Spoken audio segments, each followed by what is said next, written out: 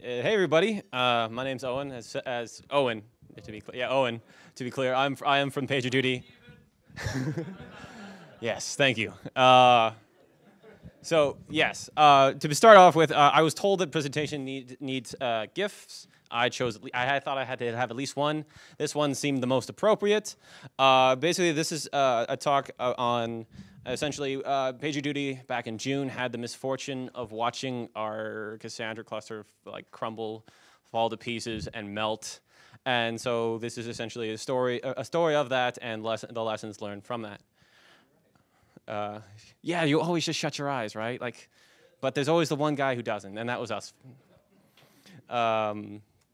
Anyway, so I'd be a little bit remiss if I didn't talk about what PagerDuty is to start with. Someone would probably yell at me. What PagerDuty is, if you don't know, is PagerDuty is an alert notification and incident management system. Essentially, if you're running any kind of web service, you've probably got a swath of different monitoring services to make sure that everything is fine and dandy. Well, we integrate with all of those monitoring services, centralize them all into one place, and also collect your on-calls, notification contact methods, their preferred ways to be contacted, their on-call schedules, your escalation policies in case someone doesn't answer, and basically, and essentially, when something goes wrong within your system, we make sure that someone is notified so that they can hop on it and handle it. And so with that in mind, again, the key point is that if what we're providing is, a notification when your systems are down, obviously a huge constraint on us is to be up. What good is an alert notification service that doesn't actually receive events? If you can't trust us, who can you trust? To kind of go into that, how PagerDuty works at Cassandra and what we're kind of using it for is a lot of it is around kind of the redundancy and the independent faults in the distribution. So we actually use it for providing durable and consistent reads and writes in sort of a critical pipeline in PagerDuty. The way that our architecture is kind of set up is that we have sort of an end-to-end pipeline that starts with basically an endpoint. Either for us, we integrate with HTTP endpoints, either generically, first-party integrations with our monitoring services, or just a generic email endpoint. But basically, we have a set of distributed endpoints, and then that flows through the whole system, goes to the, say, an incident management, goes through a notification management service, and then ultimately to the messaging service that actually reaches out to people. So we have this sort of pipeline of separate services that provide that must always be up and flowing and healthy. This is built on top of separate Scala services. We again leverage Cassandra for a durable platform, as well as using other kind of technologies like distributed technologies like Zookeeper for coordination. In terms of the volume that we take in, we currently get around 25 requests a second from various monitoring services or people's infrastructure, and each one of those turns into a handful of Cassandra operations, followed by the actual asynchronous processing that goes through. So each one of those actually turns into a fair amount of load. And PagerDuty also has sort of an internal policy that we've built a lot of our architecture around, which is we don't lose an event, we don't lose a message. If we've accepted the message, we've 200 on the HTTP endpoint, we don't drop it, except for when we do, and I'll talk about that a little bit. We don't do that. In our heart of hearts, we don't do that, except for the little corner of our hearts that sucks. And this is a lot of our infrastructure in design is kind of around this principle. So kind of to talk a bit more into the details of what we've built in regards to Cassandra, we do use Cassandra 1.2. We are built on top of the Thrift API. We have not migrated off to CQL. We've had Cassandra in production for about over 2.5 years. So we're a little slow to migrating to the new CQL. Also, over the years, we've used Hector, Cassie, Yasti, and Axe as our various clients. We're still on assign tokens in terms of how to assign token ranges within our cluster. We're not up to vnodes. And probably the most key thing is that actually PagerDuty is not using Cassandra in terms of big data. Our data set in Cassandra is actually relatively small. I think right now it's even in the order of tens of gigabytes. The idea behind that is basically, as I said, we're using Cassandra as a platform on a critical pipeline. And so in this critical pipeline, once it's gone from start to finish, it's not super critical in this pipeline anymore. And so we actually try to keep our data set and therefore our working set as slim as possible in Cassandra. And sort of this is kind of what our cluster looks like. We use, in general, 5 nodes. So we are in the process of upscaling one of them to 10 nodes. So again, it's a fairly small cluster, but we use those five nodes in a replication factor of 5, 2, 2, and 1.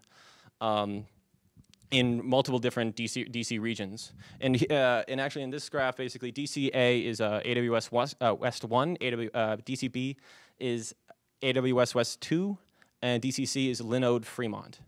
And so we have this multiple Cassandra set up on multiple regions. We do use quorum consistency level operations, and like I said, we have a full replication factor, or we have a replication factor of 5. When we scale them up, we're going to keep the same replication factor. And so the scaled up ones look like 4, 4, and 2 nodes in a cluster. So implications of that. Yeah. So because we're doing quorum consistency level on top of this 2, 2, and 1 cluster, every operation does a cross-WAN operation, read or write. And we do obviously take this inter-DC latency hit. For our purposes, because we're talking kind of like a pipeline that's not as human visible, we actually think that we actually find that to be fine. We're not latency sensitive because of that. We are latency sensitive in that the pipeline needs to maintain a reasonable SLA, but that's on the order of a couple minutes, not milliseconds. So we are actually able to maintain that latency and take it. We are more throughput sensitive and more concerned when it comes to our Cassandra setup. Because we're using Cassandra, the quorum consistency level, we have consistent reads and writes, and that's back to this principle of I dropped something. It's back to this principle of if we write an event and we take it in, it's not lost. It doesn't get lost into the ether of the internet or into a single data center and then never come out until that data center suddenly reappears. If we've accepted it, it needs to flow through. And so with this kind of cluster configuration, we get availability up to the point where we can lose an entire data center region. AWS West 1 can entirely go down, and the Cassandra cluster can hum along just fine. And this is actually a scenario we simulate, in production to make sure and to validate that that's the case. So back to the core of the story here. So June 4th was actually the fateful day. On June 4th, everything kind of fell to absolute core pieces and kept me up for a couple nights as I cried. So it got basically to a point where our Cassandra cluster, essentially at its very front end, at the very front end of the pipe, was beginning to refuse all requests. And no new events were coming into the pipeline. Effectively, all in-flight messages in the pipeline were halted and basically ground to a complete halt. We obviously saw some degraded performance in the overall pipeline, and essentially PagerDuty took a 3-hour outage on June 4th. And as part of this, we had to, in order to rectify the situation, and I'll go into this more deeply, we ended up having to basically blow away all the data in our Cassandra cluster in order to get things to begin to flow again. If you want to know all the gory details that I have wept about, we actually have this a very public blog on our postmortem on our blog that will talk about basically the extent of the damage that this did to PagerDuty. We tag them all things on our blog as postmortem, so it should be fairly easy to find if this doesn't get posted somewhere. So yes, June 4th. It was a fairly regular day.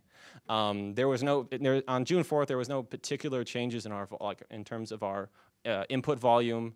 There was no the rate of traffic didn't change significantly, but we had essentially an incident on June 3rd.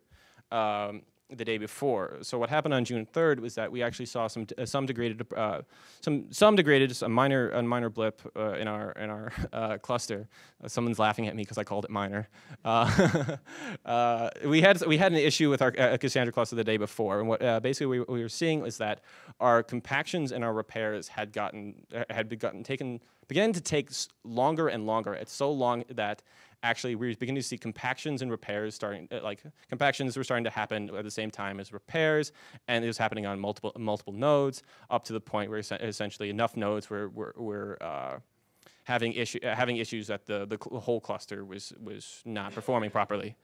On that day on June 3rd, we took a couple remedial steps to try to mitigate the issue. Some of the nodes had particularly high loads. So on those ones, we used no tool disable thrift because we didn't trust them to work as coordinators anymore, and that saw some pretty major improvement. We actually started taking down some nodes. We also had foregone, we were supposed to do a repair during this degraded performance, and we actually stopped the repair before it started and to put it off to another time. The disabling the node things really did work, we saw, and I've never been able to explain this particularly well, but for some reason during this time, we took our cluster down to 3 nodes instead of 5, and everything load just dropped. We bring one up, it would skyrocket again, and then it was any 3 out of 5. It was the most mysterious thing. Basically, the cluster would only work with any 3 of 5 nodes. I have no strong theory on why that is. I thought perhaps it was maybe hinted we brought one up and hinted handoffs would come into play and kind of degrade the whole cluster, but it eventually kind of repaired itself, even though the hinted handoffs should have still been a factor. So I've never really had a very satisfactory theory on that one. Anyway, that's a bit of a tangent. So the next day, since we had foregone a repair, we sat down to make up for that missed repair, and then this happened. And I don't know how clear this is. This is a graph of 1-minute system load on our Cassandra cluster, and if you can't see the y-axis very well, the high water mark where it hits is 55. And so at various points, the average load on our 5 cluster node is over 10, and things kind of that was not good. It was a very unhappy cluster at that point. During this whole fiasco, basically we tried a number of different things to mitigate the damage that we were seeing. We stopped less critical clients or less critical tenants to this Cassandra cluster, hoping that would mitigate load, and it had no real meaningful effect.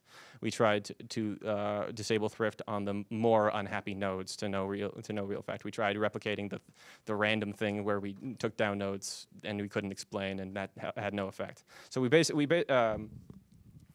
at that point, basically, we had no choice but to actually do what we hate and lose events. We blew away the entire all of our Cassandra data. We deleted the commit log, the caches, the data directories, absolutely everything. And then we restored some of the. We have a very small subset of non-ephemeral data. We restored the schema, and then everything purged just fine. There was no there was no meaningful changes in the data set. There's no or in the traffic patterns or the traffic volume in any way. But again, we blew away the data set and everything worked again. Kind of talking about then what went horribly wrong. So one thing I kind of hinted at that we were doing with Cassandra at the time is, even though we had these services in a critical pipeline, they were actually at the time all being served by a single Cassandra cluster. This was in retrospect, hindsight 2020, mistake. I suppose there is an argument for operational ease in running a single Cassandra cluster and supporting multi-tenancy. I don't think it's worthwhile. Basically, even during this horrendous event, we were trying to figure out where is this load potentially coming from? What data sets is causing this? What traffic patterns is causing this? And because a lot of the metrics we were getting were all very much at the cluster level, and not at the key space level, we had no real way to very quickly and at a high level narrow down where this was coming from. The other issue was that we were again in retrospect kind of underprovisioned. So the AWS nodes that we were using at the time, the EC2 nodes, were M1 larges. So they only had 2 cores and about 8 gigabytes of memory.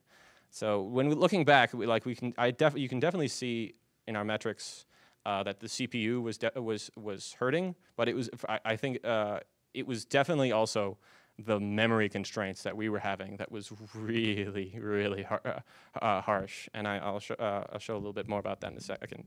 The next thing was that we had a fair bit. We had like monitoring and metrics, but the hard part about our monitoring and metrics was we didn't necessarily have meaningful thresholds and high watermarks. Like we didn't know yes, load hit skyrocketed. That's bad, but like how many pending compactions is bad? How many blocked flush writers is bad? We didn't have great thresholds on that, and that was because that's something you only usually figure out when things go wrong. And we also kind of had a misguided and very twisted desire to get everything we possibly could out of this little cluster that we had spun up, and that was definitely a mistake in retrospect. Sure, yeah. What do you mean by multi-tenancy? So basically, what I mean by multi-tenancy, and I meant to clarify this, is that for our we have again this multi-service pipeline that has different Scala applications of it, and each one was talking to the same Cassandra cluster, and their data sets were separated by key space. That's what I mean by a multi-tenancy, in that our services, our applications. Logically separate apps within their. Yes, within our infrastructure, we're talking to the same Cassandra cluster. Okay. Yeah. So why did we not see this sooner? Clearly, there should have been some kind of warning signs. And to some degree, yes, there were, but I like to tell myself a few things about what the mistakes I made to help myself sleep better. Even despite the fact that we were abusing this Cassandra cluster, like 99%, 99.9, a lot of the time, everything was fine. Everything was great. Our read-write latencies in this cluster we're pretty close, on average, we're pretty close to the inter-DC latencies that we would expect. If the DC latency is like 20 milliseconds, our reads and writes are about 20 milliseconds. This was true probably 99.9% of the time. Despite even if like load were around 1, which is pretty high, we would actually see that hey, it's still operating okay. So we there's sort of in my mind, there was a sort of this lesson that Cassandra kind of had these 2 modes of operation. Everything's fine, or everything has gone to hell. Furthermore, we kind of thought, hey, if everything is fine most of the time, and they're wrong sometimes, it must mean we misconfigured something. We thought about tuning the Java heap memory. We thought about throttling compactions. We were like, it's not us. It's the configurations. We can make it work. We can make it work, right? And then finally, we thought we don't have a lot of data. Cassandra is supposed to be able to handle like big data. So therefore, something must be misconfigured. We should be able to make this work. All lies we kind of told ourselves. So kind of back to that constant memory pressure thing. This is it's like I said, we had 8 gigabytes of RAM on the boxes. So we followed the defaults of the JVM heap size, which was a quarter of it. So there's about 2 gigabytes of memory for the Java heap on Cassandra. You can see there, or maybe you can't. Again, the y-axis is kind of small, and I apologize. But on the left, it's hanging around 1.8, and then that thing in the middle is when we blew everything away, and then the thing on the right is after it blew everything away. basically what we were seeing was like GC was happening in the JVM on Cassandra and never finding more space. It was not having this much more healthy like up down of garbage collection happened, therefore there's more space. No, it was garbage collection happened and it's still struggling to find space. That's bad. That is something we definitely should have seen. And kind of furthermore to that point, we saw similar things in our logs. The logs we were reporting, we're flushing this column family to relieve memory pressure, and that was there and to be seen, and we did not act on that. And another thing harder to measure, but it was definitely there is, like I said, we were seeing slower repairs and compaction times, and likely that was actually related to the memory pressure. But that was definitely another warning sign we should have acted on. And another thing that's perhaps a bit that I've only really seen in retrospect again.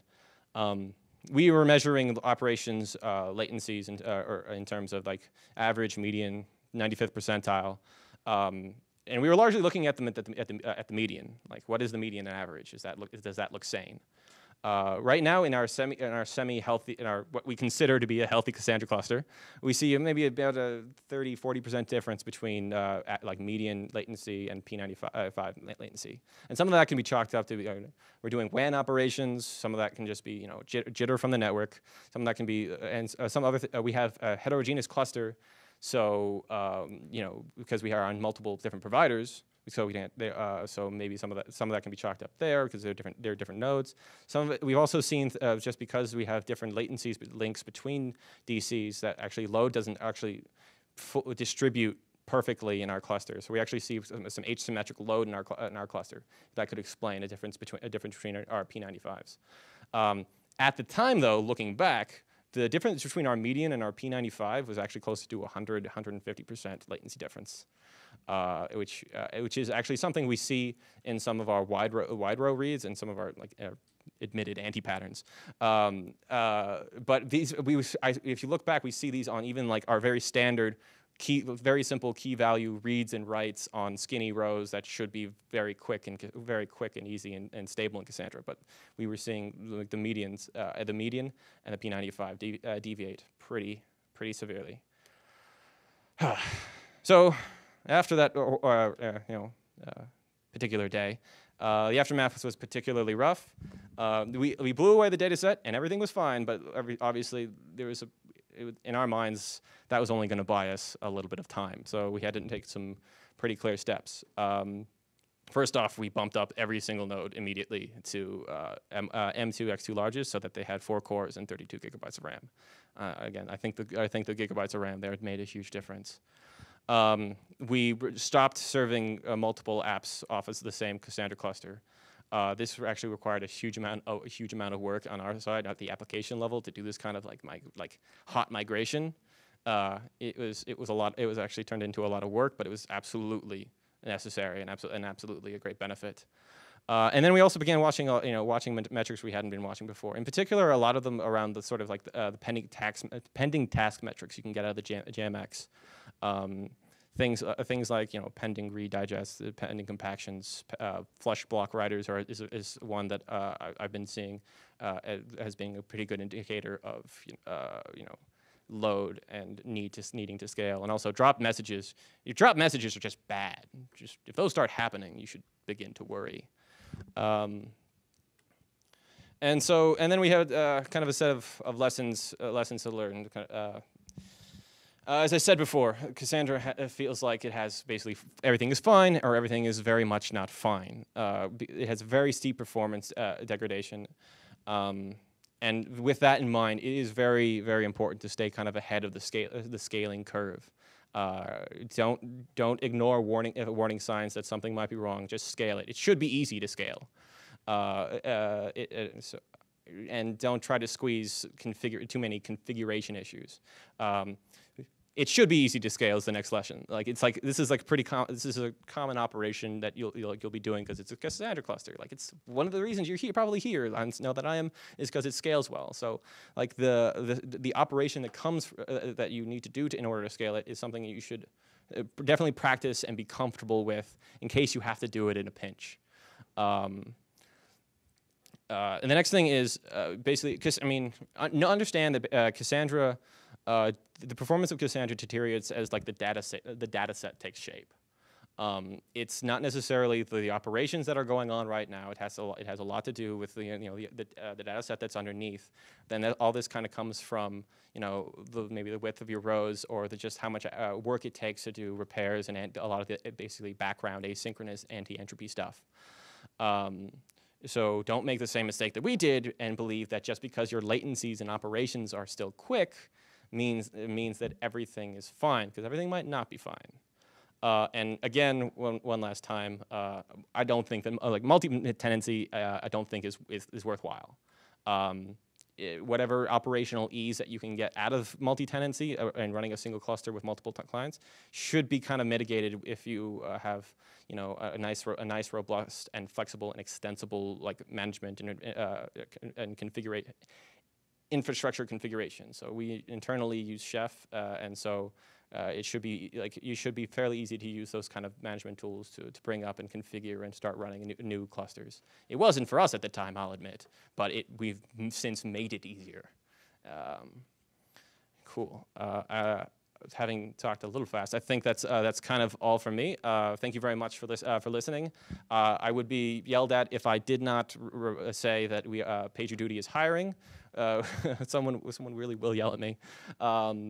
We're hiring people all over. We're hiring in particular Cassandra people, between enthusiasts and experts for basically our real-time team, which I work on, which is again that kind of critical pipeline, as well as kind of persistence engineering. So people like focused and dedicated on our Cassandra clusters.